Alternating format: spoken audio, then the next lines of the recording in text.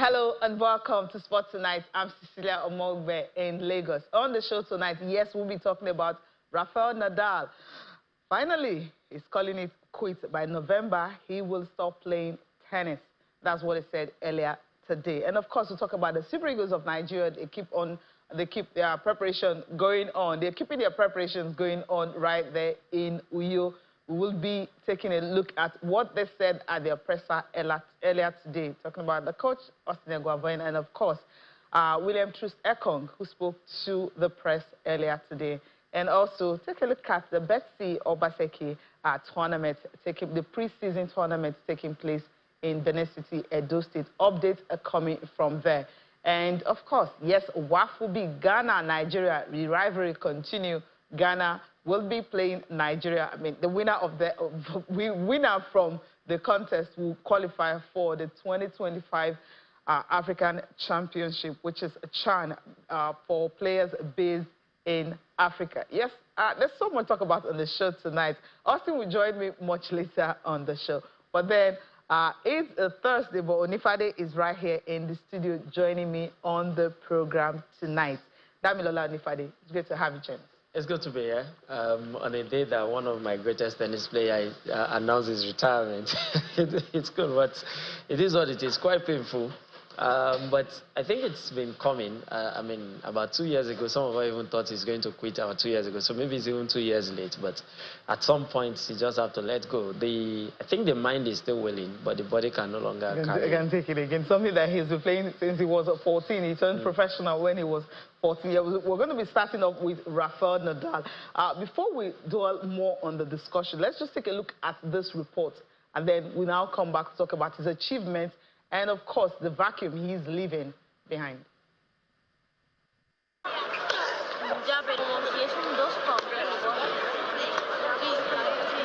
Spanish tennis legend Rafael Nadal draws the curtain on his more than 2-decade sojourn in the racket sport. Nadal won his first major title at his first French Open 2 days after turning 19 in 2005.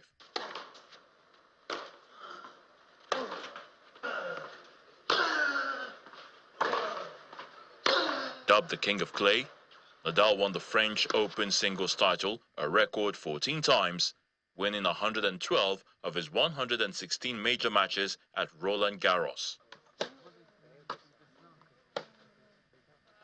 While he dominated on clay, the 8 Grand Slam titles he collected on other surfaces, 4 US Opens, 2 Wimbledons, and 2 Australian Opens, would, on their own, tie for 8th overall in men's tennis history.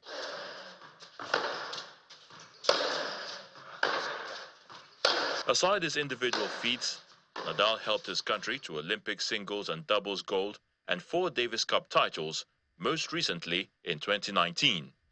Good.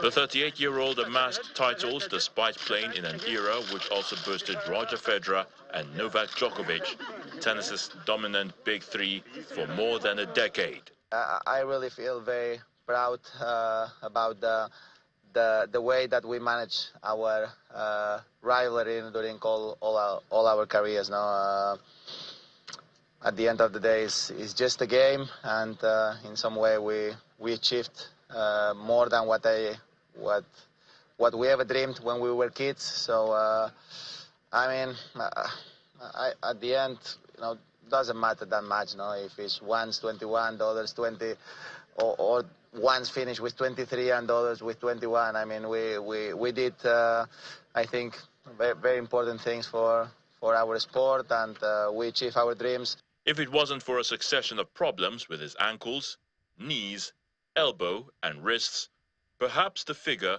could have been even more impressive. What a fantastic legacy. Rafael Nadal. Damilola, you said he is your favorite player. I mean, his baseline, his scrappy baseline style, that's how he's described his left hand and everything you can think of. I remember 2022 when Roger Federer announced his retirement. He said a part of him was leaving the sport. And we're already preparing for his own retirement. And 2 years after, announcing it. Like I said, I think it's 2 years later than some of us expected. You were thinking it was going to announce it at the same time with Roger Federer. Almost the same time, because at that time it was obvious that physically he can no longer play as much as he used to do. But I think the love of the game kept him carrying on, kept him pushing on, and it's quite interesting. The funny thing is, there's a person we take out of that figure because he didn't win so much. That's Andy Murray. The four of them.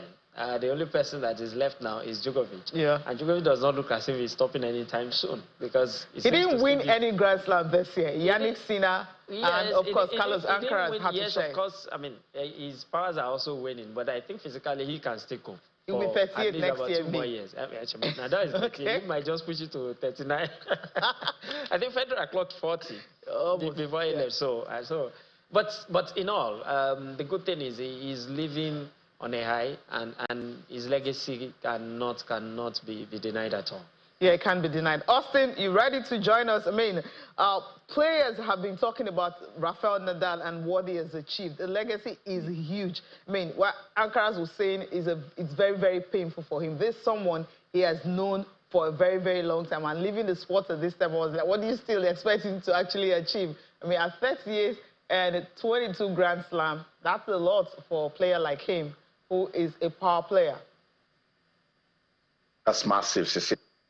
Sporting greetings to you and our viewers joining us from different parts of the world. Rafael Nadal, what a story. He's a legend. You know, I was listening to tennis stars talk about him, from Roger Federer to Novak Djokovic to Coco Gauff to Yannick Sinner to even sports officials, IOC President Thomas Bach, Kylian Mbappe, the list goes on. And at some point, like, God forbid, it's even looking like we've lost Rafael Nadal, you know, because of the love he's getting, in tributes everywhere. What a legend. What a player. We call him the king of clay because of the things he did on the clay court. And I think Carlos Alcaraz said the things I wanted to hear. He said nobody can play like Rafael Nadal, that his records cannot be repeated. You don't say that out of respect. I mean, records are made to be broken, but he's saying the way this guy went about his tennis, particularly the Grand Slams, the rivalry he had with Roger Federer, with Novak Djokovic, and to some extent, he tried to always stay relevant. 14 French Open titles, is a 4-time US Open champion, and won both the Australian Open and Wimbledon twice. That's a champ all day, every day. Let's not even go talk about his ATP performances and all. Rafael Nadal, I can't believe it that in November I will stop seeing this guy come to the court with his racket and give us, you know, raw entertainment, give us power play. He's a tennis role model, he's a legend, and he will definitely be missed. That's what Yannick Sinner, the current world #1, is saying. He's paying tribute to Rafael Nadal. Let's listen to him and we'll be back on the show. It's a tough news for, I think, all the tennis world, and not only. That what I can say. I was very lucky to get to know him also, like persons wise, and he's an unbelievable person. Of course, the player, we all saw how good he has been as a player, and the lessons he taught us, the young players, how to behave on the court, how to handle situations on the court, the tough situations. To all of us, a lot of emotions when we saw him playing, and also to stay humble, in the same time, not changing with the success, choosing the right people around him, having a great family, and there are so many great things he gave to all of us. And obviously it's a tough it's a tough notification, but in the other way, everything has a beginning and it has a start, and also an ending. So it's only he knows how he feels. That's it. Yeah. Cecilia, that's the spirit of sportsmanship right there. You could see he was struggling to say the right words. He was struggling to describe Rafael Nadal. Damilola Onifade, Nadal will be missed. Definitely, Nadal will be missed. I mean, even his those who will say are his rivals are already missing him, and they just can't believe that Nadal will not be on court again to play with them. Like I said, sometimes when you say these things too much, you start asking. I mean, he's still alive. The way we are talking. He's just but it's the kind of influence he has on the sport and even every lover of tennis. Yeah, definitely. That's what it is. I mean, Yannick Sinner that just finished speaking, this guy is even on the road to make history, because remember when he won the US Open, he won his first 2 Grand Slams same year. I mean, the last person who did that was Guillermo Vilas. That was in 1977. That's a long time ago. But let's take a look at Rafael Nadal's statistics. I mean, he has won 63 titles on clay courts over the course of his career. 63. And of course, he has won 81 consecutive matches on clay between 2005 and 2007. It tells you a lot about his dominance on clay. Of course, that's why he's the king of clay. Nadal is the only player in the Open era to win 1 or more men's singles Grand Slam titles in 10 consecutive seasons. Now, this is something you have to look at. But these players that are actually on ground now, we'll finish this before we talk about these players on ground. Now, Sinner and, of course, Carlos Alcaraz. Nadal has won the most Grand Slam titles without dropping a set, achieving this feat 4 times at Roland Garros. That was 2008, 2010, 2017, and 2020. And, of course, Rafael Nadal, Novak Djokovic, and Roger Federer are the only 3 players in the Open era to have played and won over 300 men's singles matches at Grand Slams events. It tells you a lot about how great, I mean, this era, I mean, this is the end of an era. You just have one of them left, which is Novak Djokovic. The other 2, they've retired from the sport. Now, this is a record, and the players we have now, that you're thinking of, can they achieve this feat? Yannick Sinner and Carlos Alcaraz, they happen to be the only one that you can look at. I just mentioned Yannick Sinner, what he has done. I mean, since 1977, we've not. He's the second player. The only person who did it was 1977. He won his first 2 Grand Slams in same year. Now, take a look at Carlos Alcaraz, what he has done. At how old is he? 21. 21, He's yes. 21, right? 21. Now he has won 4 Grand Slams. Even Roger Federer didn't win 4 Grand Slams till he was 23. Djokovic didn't do it till he was 24. Yeah. So it tells you that these 2 guys, I mean, it's like we're having another era being built here. We can't add Tsitsipas or Zverev or even Medvedev in this mix. I think so. And I'll put those 2, particularly Yannick Sinner and Alcaraz, as possible candidates to do more than these guys have done. And it will be to the tradition of tennis. Don't forget, when the Federers and the Nadals were coming on board, you were looking at the Pete Sampras of this world. Pete Sampras at some point was the greatest player with 17 Grand Slams. And we all thought, when will that be broken? I mean, Federer came and made it look like a regular thing to win Grand Slams. And then the likes of Nadal followed. So I think these young men are just picking from, if these people can do it, then we can even do better. But for injury and the fact that Nadal played alongside Djokovic and Federer, he probably would have also won more Grand Slams. Because at some point, they have to be sharing it. And it was a big rivalry. I see that happening between Yannick Sinner and Alcaraz. All things in injury will be in their favor. They will not be prone to injury, because that can take a lot out of a tennis player. 1 and 2, who's going to join them? We don't know. Fingers crossed. Now let's move on to the Super Eagles of Nigeria. Of course, is getting hotter. Tomorrow, they will be playing Libya. Of course, Nigeria is atop in the group on 4 points. Now let's just take a listen to what Austin Eguavoen had to say earlier today. And of course, Truth Ecom, how prepared they are for this qualifier, Africa Cup of Nations qualifier showdown against Libya that will be taking place on Friday in Uyo.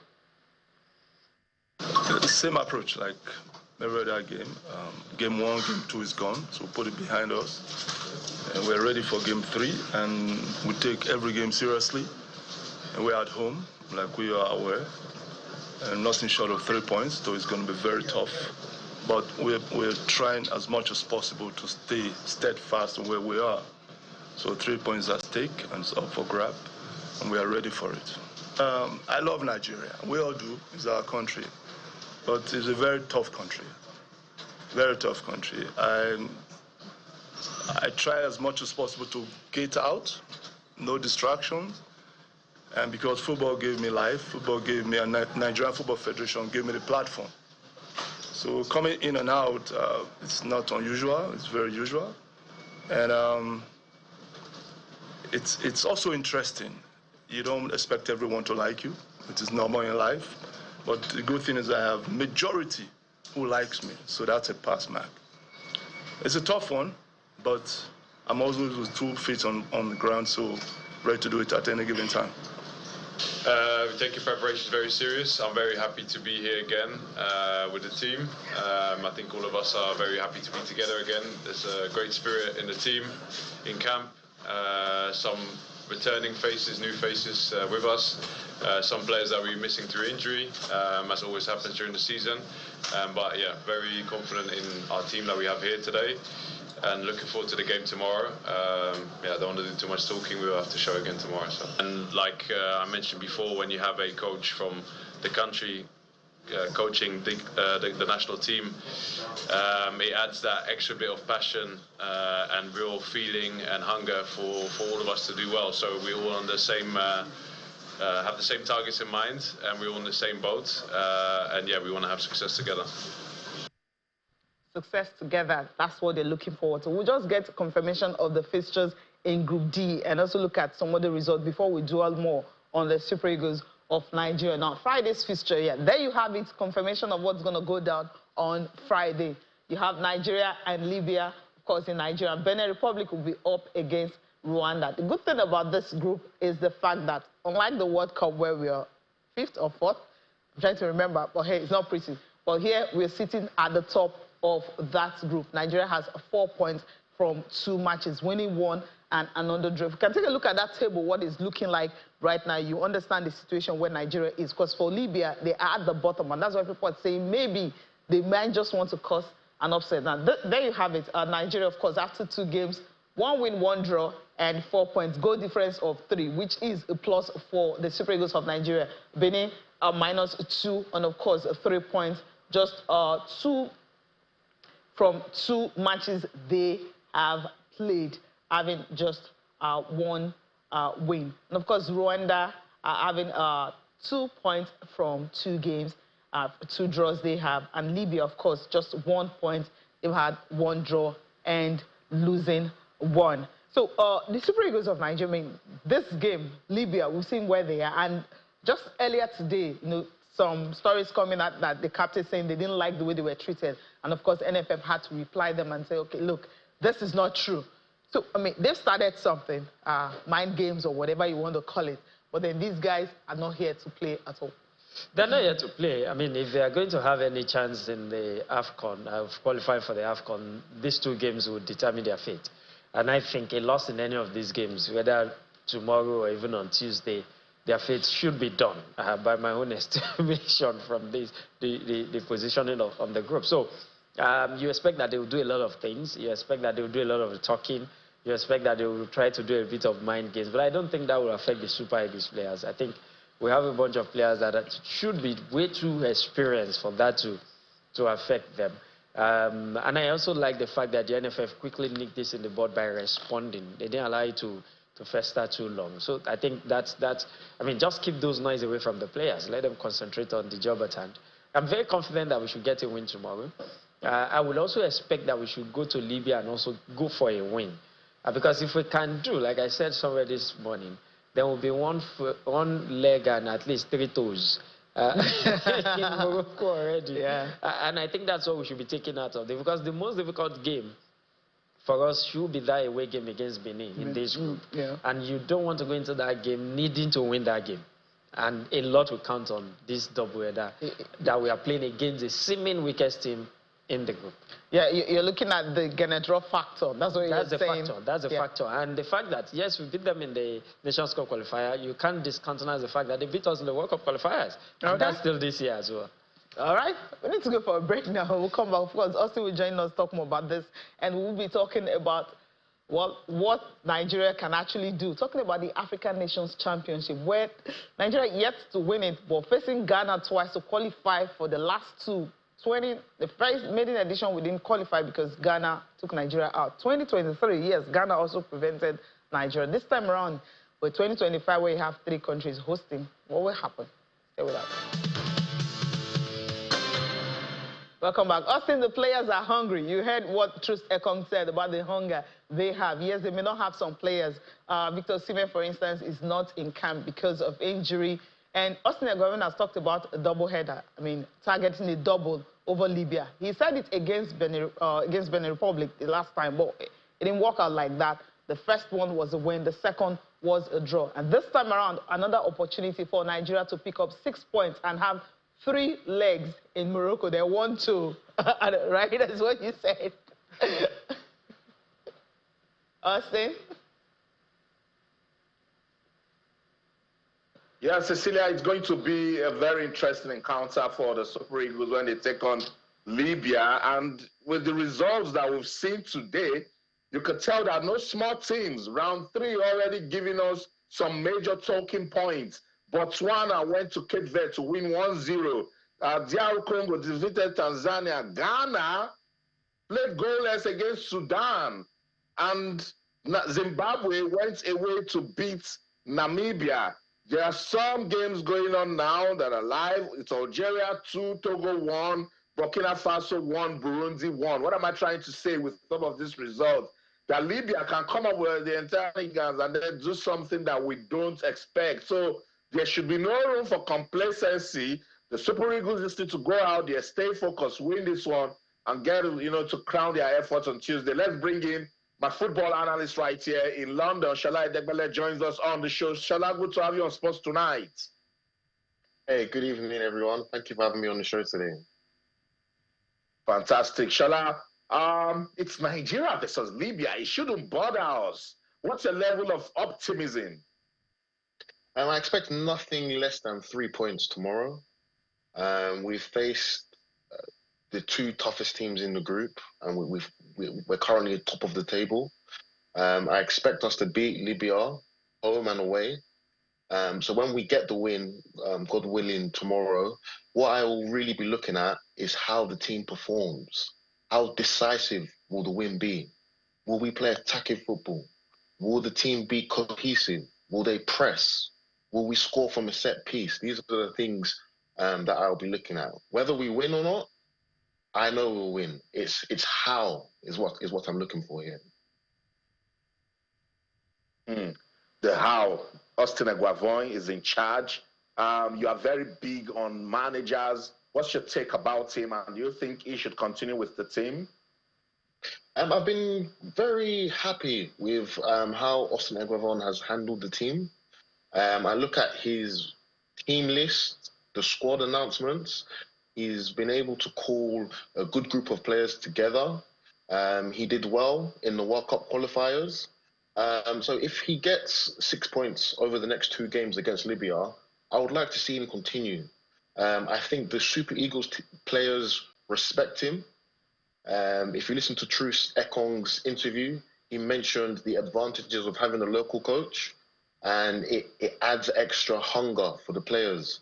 So I'd be keen to see how he progresses with this team and how he is able to provide stability for the team.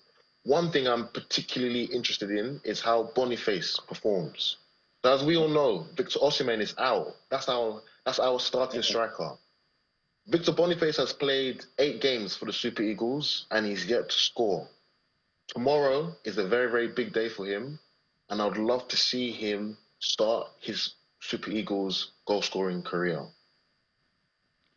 I'll soon hand you over to Cecilia in Lagos, but I love the fact that you've brought in the strikers conversation, because I wanted to ask you, no, Osimhen, no problem, but you've landed so well. You've mentioned Victor Boniface. I'm surprised you're not talking about Taiwo Awoniyi. Yeah, so Victor Boniface has had a great start in the German Bundesliga. He seems to be hitting top form at Bayer Leverkusen. However, the systems, the structures, and the players that he's playing with in Germany is very different to the players and the environment he's playing in when he plays for the Super Eagles. So tomorrow will be very interesting to see if he can translate his club form in the international space. In addition to Victor Boniface, Eguavoen has called up Ejuke, who is currently ranked as one of the top dribblers in Europe this season. So he's had a great start in La Liga this year. So that's another player that I think I'm looking forward to seeing play tomorrow. Him and Boniface. I want to see how they do. For you to talk about Ejike, because he was one of the last players to arrive camp, himself and Kelechi Iheanacho. Will it be proper for him to start on Friday? Just had one training session with the team. And also, you mentioned Victor Boniface hasn't scored for the Super Eagles of Nigeria. The last time when we under Finidi George during the World Cup qualifiers, Osimhen wasn't around, and of course, Victor Boniface couldn't score. It was Super Eagles kind of struggle to score goals. What would be a good result for you tomorrow? Maybe if it's a draw or a win, no matter how the team play, what would be a good result for you tomorrow? So for your first question, regarding Ejike, tomorrow I wouldn't start him. I would start Lukman or Moses, players that had been in the squad more frequently within the last 2 years. But I would definitely throw him in as a second half sub. When the Libyan defenders start to get tired, he would be a good player, a good player to come in and run up the defence. That's how I would use him tomorrow. In regards to Boniface, he hasn't scored yet, but I think his time will come. I think not having Osimhen around will enable him to go in tomorrow and start with a confidence knowing that he will be the main man. Taiwo Awoniyi at Nottingham Forest has struggled for minutes in the Premier League. That's why I'm saying we should start with Boniface, just because he's had more minutes this season. I think a good result tomorrow is a win. We all expect to win, if we're being honest. We're playing at home. There's no reason why we shouldn't be winning. But tomorrow, I would like us to have a clean sheet. I would like us to see good, structured, attacking football. I would like to see Nigeria on the front foot. And one thing I'm particularly interested in is whether Eguavoen sticks with the 3-4-3 that worked so well in AFCON and which he used in the World Cup qualifiers a couple of months ago, or whether he will follow Finidi George's footsteps and revert to a 4-3-3. When Finidi George made that change, it didn't really work in those matches. So that'll be another thing that I'm particularly interested in. All right, Shola, I want to thank you so much for taking our time to join us tonight on the program. Thank you so much for having me. We're hoping the Super Eagles can make us happy tomorrow, not just scoring goals, but playing well also. That's what Shola wants. Adamilola, I believe that's what you want. I want them to play well, but it doesn't matter. They should just win. Okay. All right. I want good football and I want goals. That's what I want. Good attacking football and goals. Let's leave the Super Eagles of Nigeria. Quickly look at, Austin mentioned some results. We'll just run through those results, the games that have been played. Ghana, they're yet to win a game. I'm actually happy about that. I mean, no contest. Cape Verde and Botswana are winning by a lone goal away from home. Ghana and Sudan, Ghana at home, it ended goalless. DR Congo and Tanzania ended 1-0 in favor of DR Congo. And Namibia and Zimbabwe winning by a lone goal. Now, we have some other fixtures for Friday. So many games happening because this is the international window. So the African qualifiers is going on. We'll take a look at the games apart from the Super Eagles of Nigeria and, of course, Rwanda and Benin Republic. You also have other countries that will be in action on Friday. Madagascar and Gambia, Tunisia and Comoros, Egypt, Mauritania, Equatorial Guinea, and Liberia. These teams will be in action on Friday. You have other games also coming up on Friday. Angola and Niger Republic, Zambia and Chad, Cote d'Ivoire and Sierra Leone, Cameroon and Kenya. So these are the games for Friday, talking about the African Cup of Nations qualifiers 2025. Mali, Guinea-Bissau, Uganda, South Sudan, South Africa, Congo, and Senegal, and Malawi, just in that order. The games for you for the Africa Cup of Nations qualifiers here. Super Eagles are soaring. Hopefully they can continue in that state. Now let's leave Africa Cup of Nations and, of course, quickly talk about, yes, players playing in Africa, playing they call them the home-based Eagles. Now against Ghana, who are struggling in the professional, the senior players playing outside of their country. Maybe some of them playing, in the league. But then This one is about the home-based Eagles, and this is where the Super Eagles have struggled. The home-based Eagles have struggled in a long time. But the good thing, what NFF has done this time around, the coach who is taking charge of the Super Eagles will also take charge of the team, of course, supported by coaches from the league. That's what they've said. Against Ghana, this is where we usually struggle. Remember, maiden edition, right? Yeah. Was Ghana. And 2023, it was Ghana. And again, Ghana for the third time. What's going on? Well, CAF is going on because I really don't like this. I really don't like this system of regional qualifiers because I think the West African region is the strongest part of football in Africa, and this format seems to deny us the best teams in Africa going to the CHAN. Because what this means is that one of Ghana and Nigeria, Côte d'Ivoire, Burkina Faso, will not be at the CHAN. Yeah, and that's a major powerhouse missing out of the competition. I think it affects the whole column of the competition. But that aside, I think this is our best time to beat Ghana. And I have my reasons.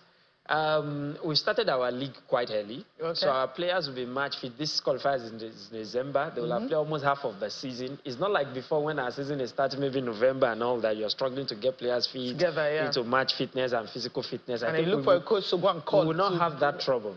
That's one. Two, I think this time there is no need searching too far. Let's just concentrate on the teams in the NPFL that are doing well and scout for our players from there. The Remo Stars of this world, the Rangers of this world, the Ayimbas of this world, the other team that just kicked me now. Rangers, Rangers, Ayimba, Remo Stars, Rivers United, yes, I know it's Rivers. I think the glut of those players from there can give you a very strong chance, at least to defeat Ghana. Then we can start looking elsewhere later on. I don't think we should, because we don't have time. These are, I mentioned these 4 teams because these 4 teams have played on the continent. They're a bit experienced. They played more games than all these other teams. And they played on the continent over the last 3-4 years. And to also have coaches that are based at home. I mean, Ilechuko, Gumodede, to also be part of this team should help us this time. I think if there's any time that Ghana will fall to Nigeria at this level, this should be the time. This is the time. Austin, is this the time for the Black Stars of Ghana to fall to Nigeria and Chad? It should be, and with the quality we're seeing in the league now and the attention that it is getting, we should be able to do something. I mean, Ghanaian football is in the gutters. Ghana shouldn't be beating Nigeria or whatsoever. So let's see what this will do. Damilola captured it properly. I don't know what CAF was thinking, when they were doing all of this. Right there in your picture, Daniel Amokachi. That's a good one. Also joining the mix for the NPFL. We've got top coaches there now, Cecilia. So hopefully with that, we can just, upset Ghana and make it to the CHAN. So Amokachi takes over now at Lobby Stars. We've got Emmanuel Amunike at Heartland. We've got Finidi George right there at Rivers United. Some people are also calling on Muti Adepoju to see if he can do something with Shooting Stars. And, even the young guys are coming up the ranks. So all of this, if you fix coaching, you're fixing your football. Daniel Amokachi was with the governor of Benue State. Let's listen to some of the things they said there, and it's all for the good of football, league football development in Nigeria. My priority is my players. I shout on my players. I back on my players. I drill them to the fullest. I cannot drill my players on an empty stomach. And I'm saying that, but I already know that I am in good hands. Because, forgive me to dwell away from football and talk a bit about politics. My Excellency, this is my place. Lobby Stars, you said so much where you want Lobby Stars to be. I'm handing over the team back to you. I want my players to be happy. I want my players to be comfortable, get their wages on the second particular day of the month. We will appreciate it much. I called for an immediate review of their outings and the management and the finances. And what I met was more than what met the eye. And there was an immediate call to make a number of changes, including removing the Lobby Stars Football Club from the office of the Deputy Governor straight back under my office very directly, one of ours who understands what it means when football is mentioned and what it means when Benue football is in the equation. I thank Daniel Amokachi so very much for making it very possible for us to sit here this evening. I want the Lobby Stars, the earlier boys, to be at the international radar for football.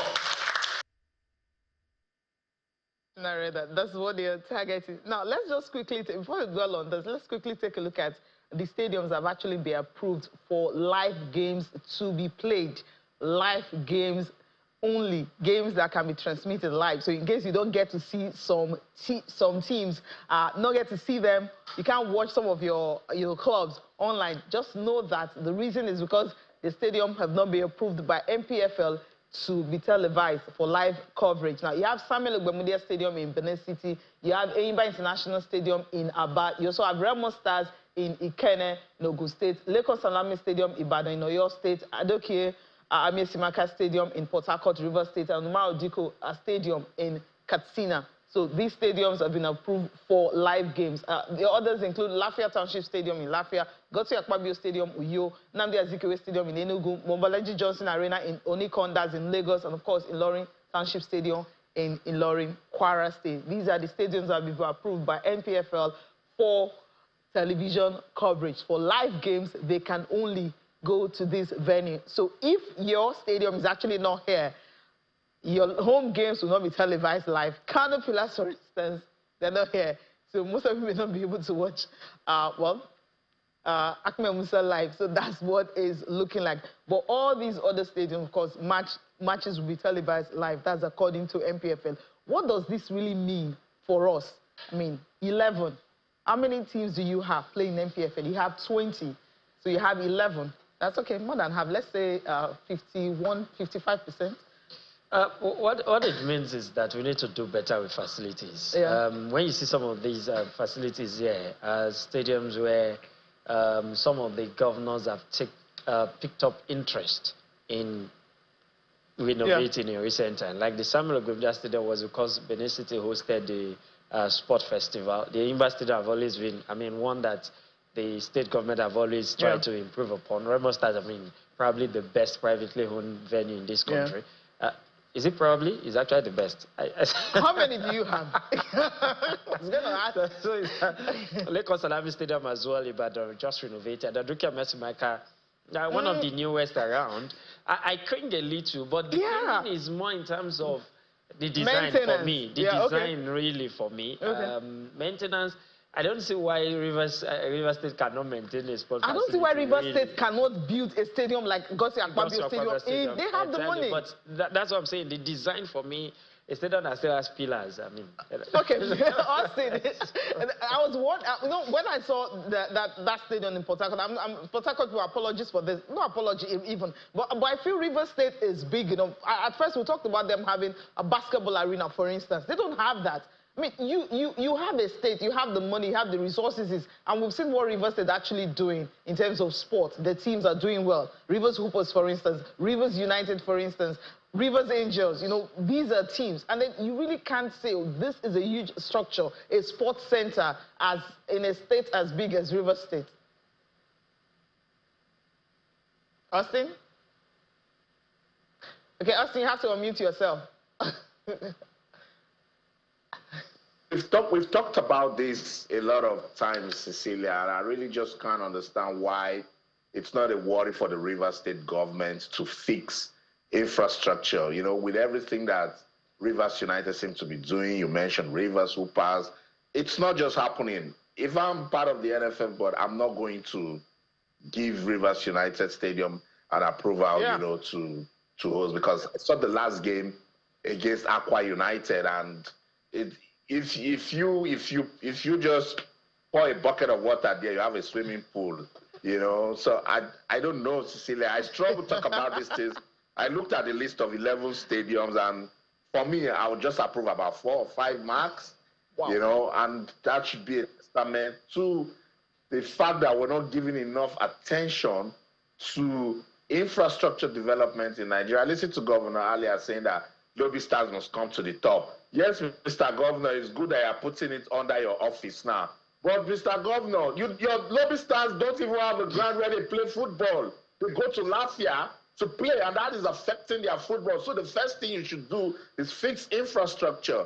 I love the fact that the NPFL board, they are looking at it and saying, for us to show good games on television, the infrastructure must be top-notch, you know?